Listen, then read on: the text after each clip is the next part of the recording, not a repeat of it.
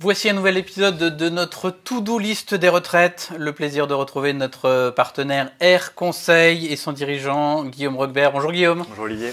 Je rappelle que vous aidez les salariés ou leur entreprise à reconstituer leur carrière pour être sûr de bénéficier de tous leurs droits au moment de prendre leur retraite.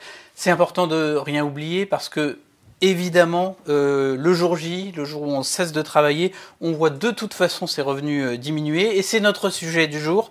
Guillaume, entre le dernier salaire et la pension de retraite, quel est l'écart en moyenne ? Alors cet écart, il faut comprendre d'abord qu'il est exprimé en ce qu'on appelle taux de remplacement. Donc c'est le rapport entre les pensions perçues et l'ancien salaire.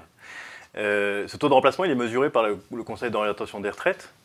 Et on peut y lire dans ces rapports qu'un fonctionnaire touche à peu près 75% de ses derniers traitements, qu'un non-cadre c'est entre 50 et 75% de sa moyenne des 25 dernières années, le cadre c'est 25 à 40%, et puis il y a les indépendants, alors eux qui ont une moyenne à 40 mais avec des disparités telles que ça peut être très bas comme un peu plus élevé. Voilà, mais ce taux, en fait, dans le système actuel, pourrait, dans les années à venir, diminuer, sont les projections officielles, et on est aujourd'hui, c'est estimé, à une baisse de 10 points pour les générations à partir des années 90. Parce que là, ces chiffres-là, ce sont pour les générations qui partent actuellement à la retraite. Qui partent en ce moment à la retraite. Ouais, alors, on va revenir un peu à ces projections, mais on voit tout de suite qu'il y a de gros écarts dans les différents chiffres que vous venez de nous citer. Est-ce qu'il y a des cas types, des profils de carrière, comme on dit, qui sont favorables et d'autres qui sont beaucoup plus pénalisés quand on examine cette différence de revenus entre la période d'activité et la période de retraite ? Alors, oui. On l'a vu avec les chiffres à l'instant, effectivement, les fonctionnaires, les non-cadres, les régimes spéciaux bénéficient d'un taux de remplacement plus intéressant. Alors il s'agit juste du taux de remplacement, et non pas des montants de pension. Alors ça c'est vrai, et c'est notamment dû parce que le taux lui-même de calcul est peut-être plus intéressant, notamment pour les fonctionnaires. C'est dû parce que l'augmentation de rémunération sur 40 années chez un non-cadre est peu fluctuante, donc ça agit pas mal sur effectivement ce taux de remplacement. Mais donc ça c'est pour les plus favorables. Moins favorables, oui il y en a un, et je vais en prendre un cas particulier, et c'est notamment le cas des polypensionnés. Et notamment ceux qui ont cotisé dans différents régimes, mais qui sont des régimes dits non alignés, c'est-à-dire qu'ils n'ont pas les mêmes modes de calcul, dont les droits ne s'intègrent pas dans un seul et même calcul, et donc ce sont différentes pensions qui sont calculées dans chacun de ces régimes, des pensions qui ne sont pas forcément très importantes et additionnées qui ne donnent pas quelque chose de forcément très merveilleux. Donc c'est pour ça, vous le disiez en introduction, le sujet c'est vraiment d'anticiper. Il faut vraiment anticiper et dès le milieu de carrière des 45 ans pour avoir ces vraies projections-là. Notre système de retraite par répartition, il est essentiellement ce qu'on appelle contributif, c'est-à-dire que la pension, c'est le reflet des cotisations qu'on a versées, donc de la carrière qu'on a eue. Et donc, en théorie, on doit retrouver parmi les retraités les mêmes inégalités que celles qu'on trouve au sein du monde du travail. On résume parfois ça avec une formule, à salaire de cadre, retraite de cadre, et à salaire d'ouvrier, retraite d'ouvrier. Est-ce que dans les faits, elle se vérifie, cette formule ? Oui, ça s'est vérifié, ça se vérifie. On est dans un système qui n'est pas équitable, mais qui est un reflet de l'inégalité, comme vous venez de le dire, mais basé sur l'égalité. Bon. Mais certains régimes échappent à cette règle-là.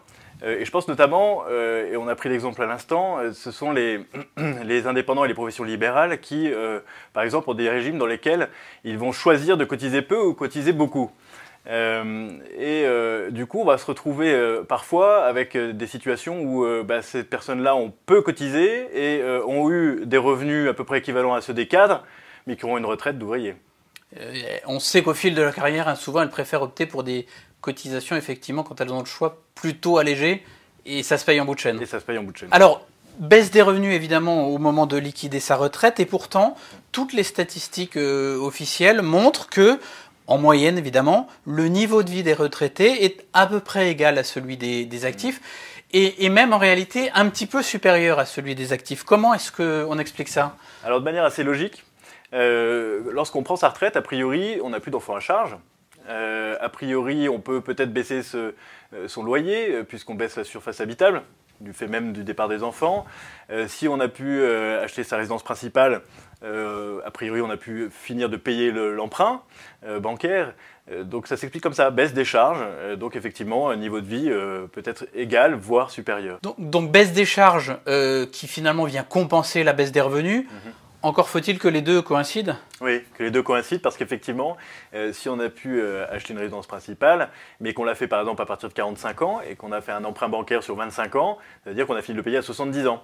Et en partant à la retraite à 62 ans, il y a encore 8 ans de prêts à rembourser, ce qui peut être très lourd. Donc il faut bien faire ces calculs à l'avance pour ne pas se faire piéger sur ce genre de situation. Anticiper, maître mot de notre entretien. Les constats qu'on vient de dresser sur à la fois les inégalités et puis sur le niveau de vie des retraités, ils sont faits là aujourd'hui.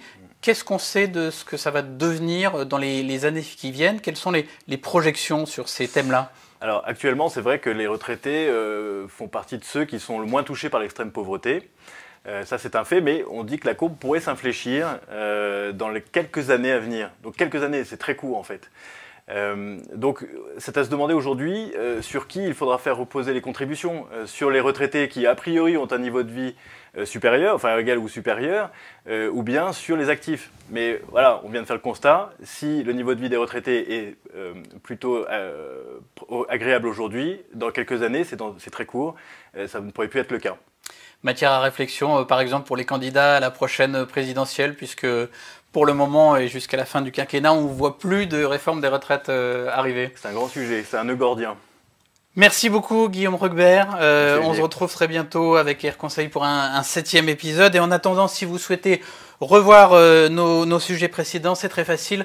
Il vous suffit de chercher dans un moteur de recherche l'opinion to-do list des retraites. À très vite.